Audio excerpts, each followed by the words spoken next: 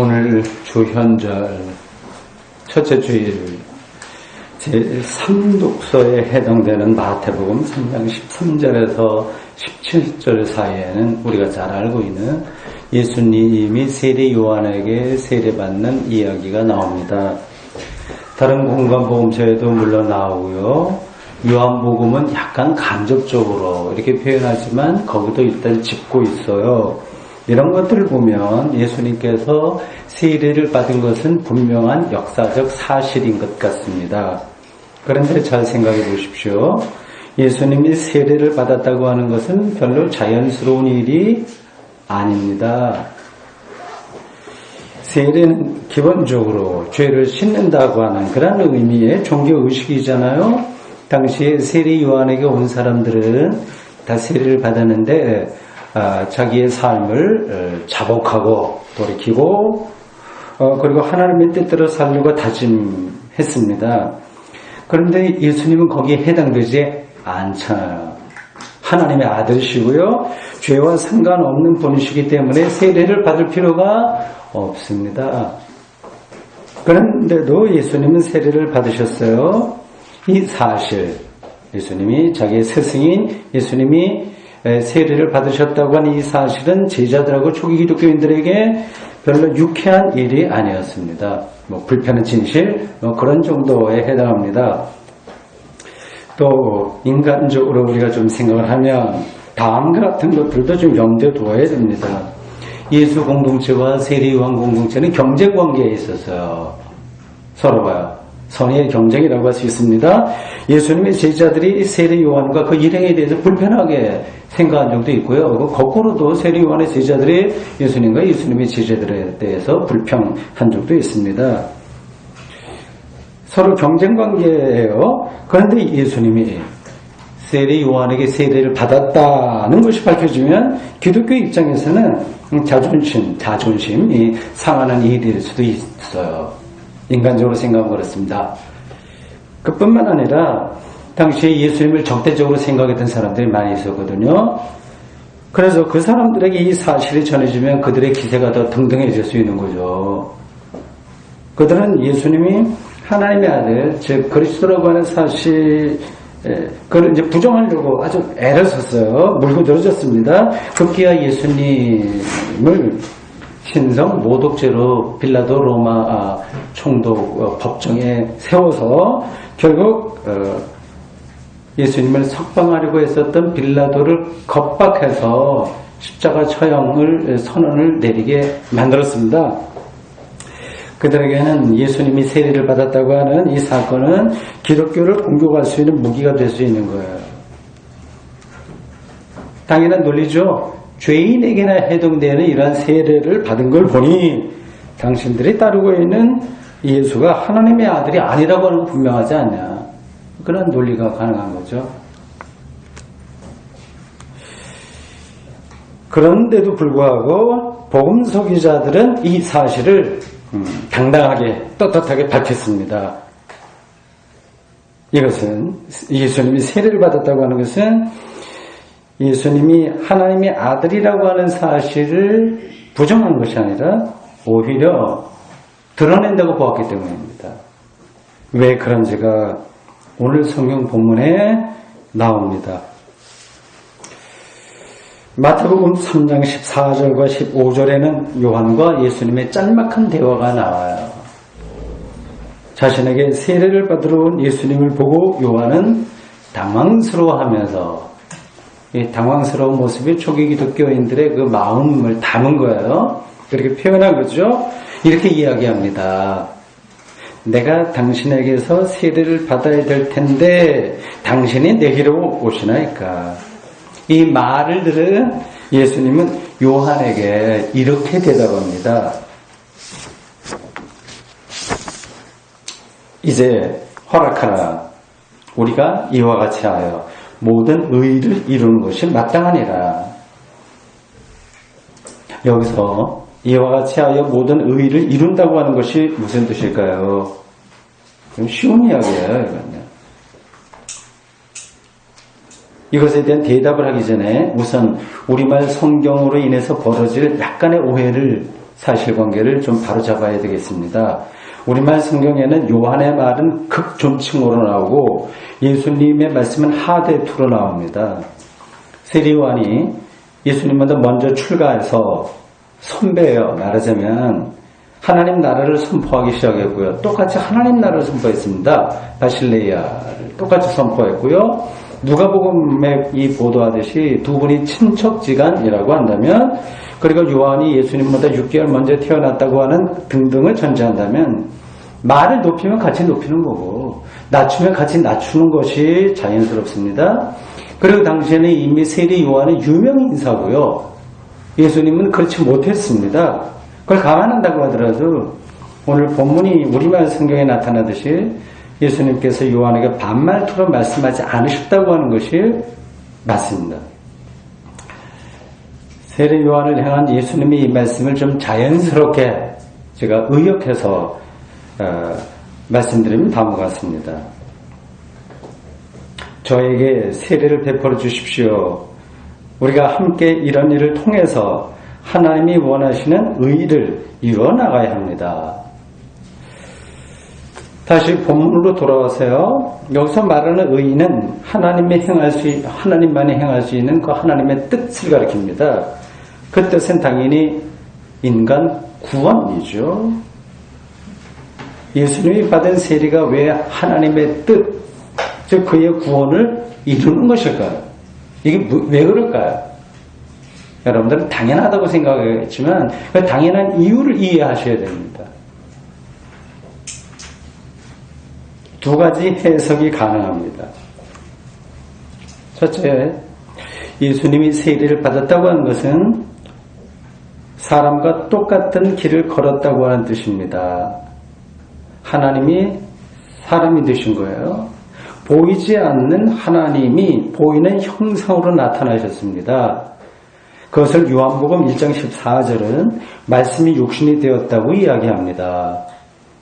소위 인카네이션, 성육신 신앙입니다. 이것을 교부들은 또 다음과 같은 신학 개념으로 설명했습니다. 예수님의 정체성을 가리켜 말하길 베레 데우스, 베레 호모, 참된 신, 참된 인간이라고 말이죠. 그렇습니다. 예수님은 참 하나님이면서 동시에 참 사람입니다. 이걸 정확하게 이해하셔야 돼요. 헬라 신화에 나오는 반인 반수처럼 반은 신이고 반은 인간인 그런 존재가 아닙니다. 또는 신성과 인성이 막 이렇게 뒤섞여 있다 그런 뜻도 아닙니다. 온전한 하나님이자 온전한 사람입니다. 이 두 개의 속성이 어떻게 한 인격체 안에 결합되어 있을 수 있을까요? 그 예수님의 정체성의 그 신비에 들어가는 게 기독교 신앙의 모든 것이라고 해도 과언이 아닙니다.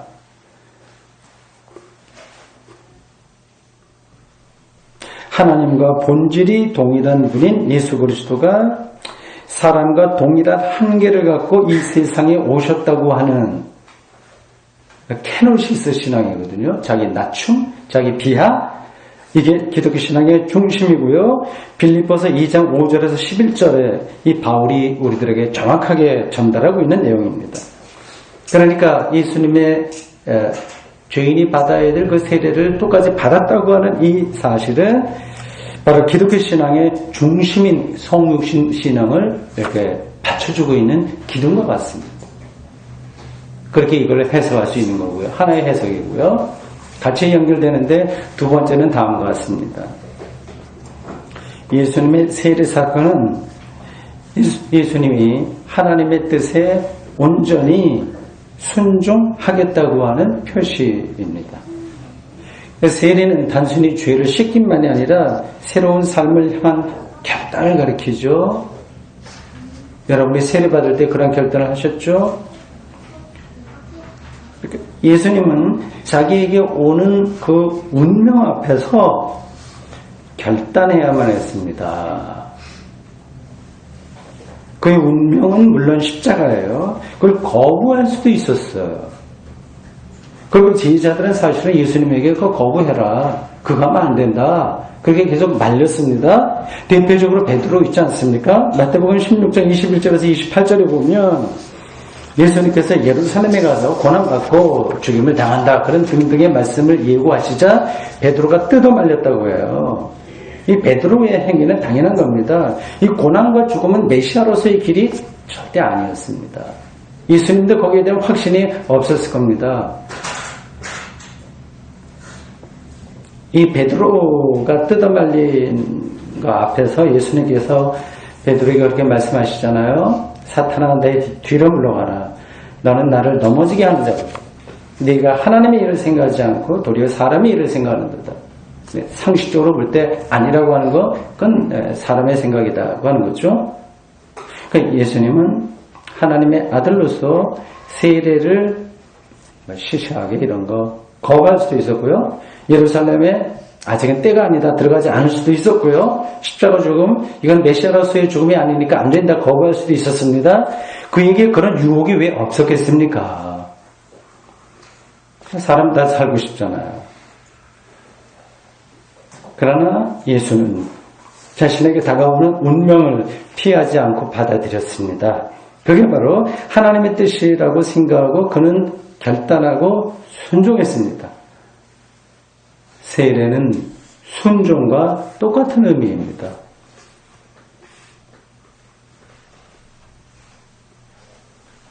요한과 예수님의 짧은 대화가 끝나고 이제 세례가 집행되어 이때 특별한 현상이 나타납니다. 16절과 17절은 그것을 다음과 같이 설명합니다. 예수께서 세례를 받으시고 곧 물에서 올라오실새 하늘이 열리고 하나님의 성령이 비둘기같이 내려 자기 위에 임하심을 보시더니 하늘로부터 소리가 있어 말씀하시되 이는 내 사랑하는 아들이요 내 기뻐하는 자라 하시니라. 예수님 세례 장면에 나타나는 특이한 현상은 세 가지입니다. 하늘이 열리고 성령이 임하고 큰 소리가 들렸습니다. 이 세 가지 현상이 무엇인지를 생각해 보십시오. 성경을 읽을 때 생각하십시오. 세 가지 보십시오. 하늘은 사실은 늘 열려 있기 때문에 따로 열리는 게 아닙니다. 그렇잖아요. 우리나라에도 개천절이라고 있지 않습니까? 그러니까 하늘이 열린다고 하는 그 뜻인데 그 개천은 한 민족의 원천이 아주 오래되고 깊다고 하는 의미를 담은 단어이지 물리적 현상으로 뭐 하늘이 열리고 닫히고 그것은 아닙니다. 성경에서 특히 신약 성경에서 하늘은 생명이 가득한 어떤 세계를 가리킵니다. 그게 우리에게는 아직 다 밝혀지지 않은 비밀입니다. 하늘은 그 어떤 본래적이고 원초적이고 궁극적인 생명이 숨어있는 어떤 곳을 가리킵니다. 성서 세계 사람들 그걸 머리에 두고 하늘이라고 표현한 거예요. 주기도의 첫 구절인 하늘에 계신 우리 아버지에서 하늘은 비밀스러운 생명의 원천을 똑같은 의미에서 가리킵니다. 하나님이 하늘에 계시다고 하는 말은 저 우주 공간의 어떤 하늘이 아니라 생명의 원천이 바로 하나님이다. 그 뜻입니다. 따라서 예수님의 세례 순간에 하늘이 열렸다고 하는 건 예수님이 하늘에 속했다는 또는 예수님의 본질이 하늘로부터 왔다는 의미입니다. 이 현상이 하나이고요. 두 번째는 성령이 비둘기같이 내렸다고 합니다. 이것도 어떤 궁극적인 사실을 말하는 문학적인 수사입니다. 그러니까 문학적인 수사라고 하니까 이거 없는 것을 꾸며냈다 그렇게 생각하시면 안 됩니다. 그것을 묘사할 수 있는 다른 언어가 없어서 그런 방식으로 표현한 겁니다. 성령은 생명의 영입니다. 바람처럼 자유롭게 세상의 생명 현상을 가능하게 하는 그러한 능력입니다. 창조의 힘, 종말의 힘, 부활의 힘은 다 성령입니다. 그러니까 성령이 아니면 생명은 불가능합니다. 여러분이 어머니의 배에서 나온 거 사실 그것도 성령의 힘입니다. 그 영이 예수님에게 임했다고 하는 것은 예수님을 통해서 생명이 즉 구원이 가능해졌다 그 뜻입니다. 세 번째는 하늘에서 소리가 들렸다고 합니다. 이런 표현들은 성경에 많이 나와요. 이것은 마치 베토벤을 주인공으로 하는 영화 카핑 베토벤에 나오는 어떤 장면, 어떤 경험하고 비슷합니다. 그 영화를 보신 분들은 기억하시겠죠? 이 베토벤은 이제 늙음하게 교향곡 9번 합창 교향곡을 작곡할 때라고 보입니다. 저기 악보를, 초고를 이제 누가 정서해 줘야 되거든요. 그 당시는 다 그랬습니다. 근데 자기를 전문적으로 정서해 주던 사람이 병이 나서 못해요. 그래서 대신 비엔나에 있는 비엔나 음악대학 교수 친구에게 똑똑한 학생 하나 보내라. 그랬더니 여학생이 하나 와요. 졸업반 여학생입니다. 그 여학생이란 악보를 정사할 수 있는지 없는지 알아보려고 이제 그 악보를 줘요. 이거 정서해서 와라. 가져온 거 보니까 한 곳이 틀렸어요. 그래서 베토벤이 이거 왜 이렇게 이따위 됐냐 틀렸다 그렇게 하니까 이 여학생이 베토벤 선생님의 음악 세계에 의하면 틀렸다고 말한 그것이 옳은 겁니다. 대답해요. 그러니까 베토벤은 이 학생이 진짜 실력이 없는지 있는지 확인하려고 일부러 틀리게 적었어요. 그 한 악보를. 근데 그거를 갖다가 이 학생이 바로잡아 냈습니다. 그래서 합격해서 이제 그 베토벤의 그 악보를 정서 카피하는 그런 제자가 됐다는 이야기예요. 베토벤은 어떤 세계로부터 소리를 듣습니다. 마태복음 기자는 궁극적인 생명이 은폐된 곳인 하늘로부터 나오는 소리를 들었습니다. 예수를 생명과 진리로 경험한 거죠. 그 소리는 이렇습니다. 이는 내 사랑하는 아들이요 내 기뻐하는 자라. 이 세 가지 현상은 한순간에 일어난 것이 아닙니다. 사실은 예수님 세례받을 때만 일어난 것이 아니에요. 예수님의 운명 전체를 통해서 제자들이 경험한 하나님의 구원 행위에 대한 신학적인 표현입니다. 예수님이 공생애 동안 행한 모든 것들, 모든 가르침, 십자가, 부활까지 포함한 모든 것을 통해서 볼 때 예수님은 하나님의 아들이었으며 따라서 예수님이 세례받을 때 하늘이 당연히 열려야 돼요. 당연히 성령이 임한 것이고 소리가 난 것입니다. 이런 점에서 예수님의 세례는 단순히 그의 공생애가 시작될 때 거쳐야 될 종교의식이 아니라 훨씬 본질적인 사건입니다. 이렇게 말해야 돼요. 세례는 부활과 같은 차원의 이야기입니다. 세례 때에 열린 하늘과 부활의 주님이 올라가신 하늘은 똑같습니다. 생명의 극치이며 은폐된 생명이고 종말에 환하게 드러나게 될 세계입니다. 그것이 하나님의 아들이신 예수님에게서 발생했다고 하는 사실을 복음서 기자들은 줄기차게 증언하고 있습니다. 이것 하나에만 몰두했다고 해도 과언이 아닙니다. 마태복음 기자는 17장의 변화산 이야기를 전하면서 구름 속에서 이는 내 사랑하는 아들이고 내 기뻐하는 자라 세례받을 때 들렸던 똑같은 소리를 또 들었다고 전하고 있습니다. 예수님의 십자가 죽음 이후에 백부장과 예수를 지키던 사람들이 예수님을 가리켜서 진실로 하나님의 아들이었도다 마태복음 27장 54절에 고백했다고 이렇게 말을 전합니다. 그 외에도 복음서에는 그러한 비슷한 이야기들이 많습니다. 지금까지의 설명이 좀 복잡하게 들렸을지도 모르겠습니다. 또는 하나님의 아들이신 예수님께서 세례를 받았다고 하는 그 사실이 오늘 우리의 삶과 무슨 직접적으로 연관이 있냐 그렇게 생각할 수도 있습니다. 본문 말씀을 되돌아보십시오. 마태복음 기자는 예수님의 세례 사건을 통해서 하나님의 의가 즉 하나님의 구원이 이루어진다고 말했습니다. 그리고 세 가지 특별한 현상을 언급했어요. 이 현상을 통해서 예수님이 하나님의 아들이라고 하는 사실이 분명히 드러났습니다. 그리고 그것은 부활을 통해서 최종적으로 확인되었습니다. 이는 곧 이 예수님을 증언하고 있는 제자들이 예수님을 통해서 생명을 얻었다고 하는 뜻입니다. 여러분, 바로 이 사실, 제자들의 이 예수님의 전체 운명을 통해서 경험하게 된 그 생명 사건, 이것이 우리의 지금의 삶과 실질적으로 연관이 없다고 말할 수 있나요? 왜 그런지를 제가 더 설명을 해야 될까요? 이것보다 더 실질적이고 더 구체적인 사건이 세상에 어디 있는지 알면 저에게 말씀해 주십시오.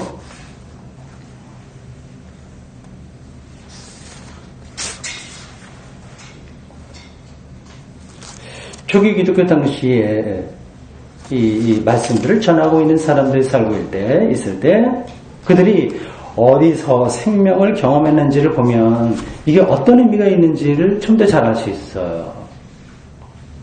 당시 사람들은 로마의 정치, 헬라 철학, 그리고 유대 종교에 매달렸습니다. 유럽을 가리키는 거예요. 이 세 가지 정신, 사상, 또 온갖 문화 다 포함한 것은 세 가지입니다. 히브리인들의 히브리 말을 통한 종교적 경험들, 헬라 말을 통한 철학적 사유들, 라틴어, 로마 말을 통한 법과 경제, 수학 이러한 진리 학문들입니다. 그걸 추종하던 사람들은 각각 거기서 생명 구원을 경험한다고 생각했습니다. 다 가치가 있는 것들이에요. 나름대로 일리가 있습니다. 오늘도 마찬가지잖아요. 각각의 나라, 미국이면 미국, 러시아면 러시아, 북한이면 북한, 일본, 대한민국 각각 나라, 이념, 사상, 종교는 자신들이 인류와 세상을 구원한다고 주장하면서 서로 다투고 있습니다. 이런 다툼이 지금 세상을 꽉 채우고 있습니다. 초기 기독교는 그런 세상이 제공하는 나름대로 의미가 있고 가치가 있는 것이지만 그런 삶의 방식에 만족할 수가 없었습니다. 그것이 아무리 아름답고 세련되어도 마지막은 모두 죽음이라고 하는 것을 알았기 때문입니다. 그들은 한 인물에게 집중했습니다. 그에게 일어난 어떤 사건에 집중했습니다. 예수 그리스도입니다. 그를 통해서 죄를 용서받고 죽음에서 생명으로 옮겨진다고 하는 사실을 인식하고 경험하고 믿었습니다. 죄와 죽음이 뭐를 이야기하는지 설교 시간이 짧기 때문에 다 설명하지 않겠습니다. 여러분들이 다 이해하시라고 생각합니다. 이러한 초기 기독교인들의 믿음이 과연 옳은가요? 물론 우리는 그들의 믿음의 전통을 우리가 이어받고 있습니다. 사도들의 믿음이 옳다고 믿기 때문에 우리가 기독교인으로 지금 살아가고 있습니다. 각각 기독교인이 된 연유도 다를 거예요. 모태신앙이기 때문에 교회 생활이 삶의 일부가 저절된 분들이 있고요. 여러 종교를 거치는 구도 끝에 기독교를 택한 분들도 있고요. 친구 따라 강남 간다고 어떻게 하다가 그냥 교회 다니는 분들도 있을 겁니다. 좋습니다. 어떤 경우든지 우리는 다음과 같은 질문을 자기 자신에게 반복해야 됩니다. 과연 예수님은 우리가 운명을 걸 만한 대상인가요? 예수님을 통해서 풍요로운 생명을 경험했나요? 그래서 고단한 인생을 겉으로는 즐겁다고 생각하겠지만 다 고단이 묻어있는 건데 그러면서도 희망과 사랑과 믿음을 놓치지 않고 있으신가요? 바울의 고백처럼 내가 그리스도가 내 안에 있다고 하는 경험이 있으신가요? 질문해야 됩니다. 이런 질문이 여러분들에게 상투적으로 들리지 않기를 바랍니다. 이거를 좀 더 실질적으로 여러분들이 받아들였는지 느끼는지 아닌지를 알려면 다음과 같이 설명하는 수밖에 없습니다. 조금 더 돌려서 설명하겠습니다. 예수님을 하나님의 아들로 경험한 사람은, 즉 궁극의 생명으로 경험한 사람은 다른 문제를 사소하게 생각합니다. 생각할 수밖에 없습니다. 밭에 묻힌 보화를 발견한 사람은 자기 재산을 팔아서, 재산이 사소해 보이잖아요. 팔아서 그 밭을 샀다고 하는 비유처럼요, 다른 것들이 사소하게 보입니다.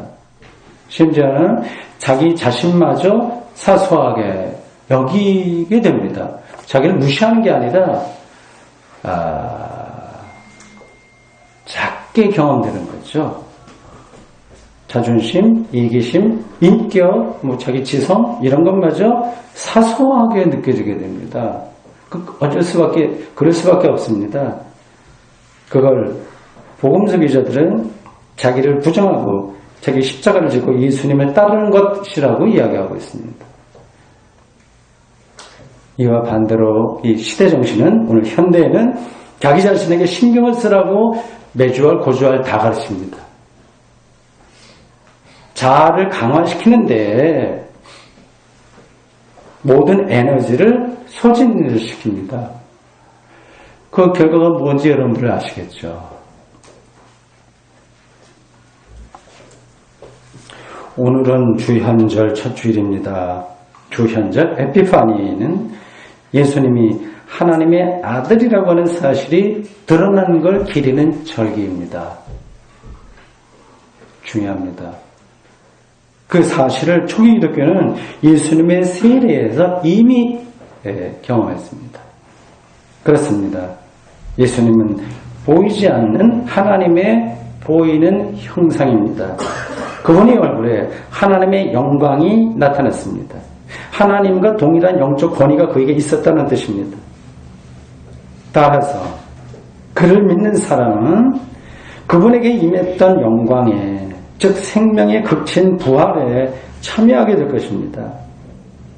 그러니 여러분 자신과 주변에서 일어나는 그 어떤 일도 두려워하지 마십시오. 그리고 염려하지 마십시오. 여러분의 운명을 안심하고 그분에게 맡기셔도 됩니다. 아멘.